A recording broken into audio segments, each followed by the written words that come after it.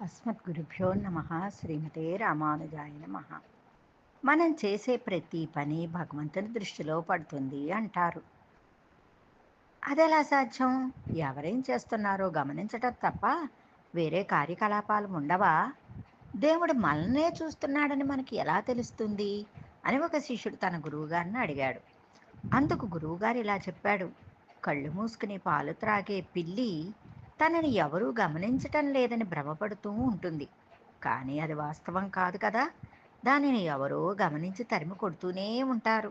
అలాగే తప్పుడు పనులు చేస్తూ దేవుడికి ఏం తెలుస్తుంది అని భావించటం శుద్ధ అవివేకం. భగవంతుడు సర్వాంతర్యామి. లోకంలో జరిగే ప్రతి మంచి చెడ్డలు ఆయన దృష్టిని దాటిపోలేవు. కుచేలుడు కృష్ణ పరమాత్మను చూడటానికి వెళ్ళిన సమయాన తన నడుముకు చిరిగిన వస్త్రంలో కొంచెం అటుకులు మూట కట్టుకుని వెళ్ళాడు కదా. కుచేలుడు తను తీసుకుని వచ్చిన అటుకులను గురించి కృష్ణునికి చెప్పనే లేదు.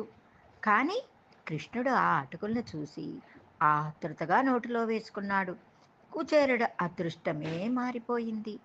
దుర్యోధనుని సభలో అవమానాల పాలైన ద్రౌపది తప్పించినది, దుఃఖించింది. సభలోని మహాత్ములు, కులగురువులు, పరాక్రమశాలురు ఎవ్వరూ ఏమీ చేయలేకపోయారు. అయినా అక్కడికి చాలా దూరంలో ఉన్న ద్వారకలో ఉన్న కృష్ణ పరమాత్మ అక్కడ నుండి ద్రౌపది మాన సంరక్షణ చేశాడు. తిరునింద్రియూర్ పూసలాల్ అనే పరమభక్తుడు శివునికి బ్రహ్మాండమైన దేవాలయం నిర్మించాలని ఆశించాడు. అయితే అతను నిరుపేద, చేతిలో చిల్లి గవ్వలేదు. ఆలయం కోసం ధనం సేకరించాలని ప్రయత్నించినా సాధ్యపడలేదు.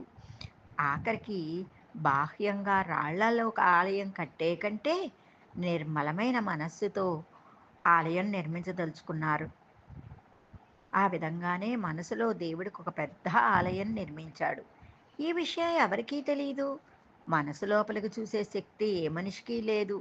అయినా ఆ పరమేశ్వరుడు తన పరమభక్తుని మనోదేవాలయంలో గురించి పల్లవరాజుకు తెలియచేశాడు. ఆ పల్లవరాజు ద్వారా పూసలార్ నిర్మల భక్తిని గురించి ప్రజలందరికీ తెలిసింది. కురుక్షేత్ర యుద్ధం ముగిసే సమయంలో దుర్యోధనుడు ఎవరికీ కనిపించకూడదని ఒక మడుగులో దాక్కున్నాడు. కానీ కృష్ణుని దృష్టిలో పడకుండా పోయాడా? ఈ విధంగా భగవంతుడు అందరినీ సదా గమనిస్తూనే ఉంటాడు.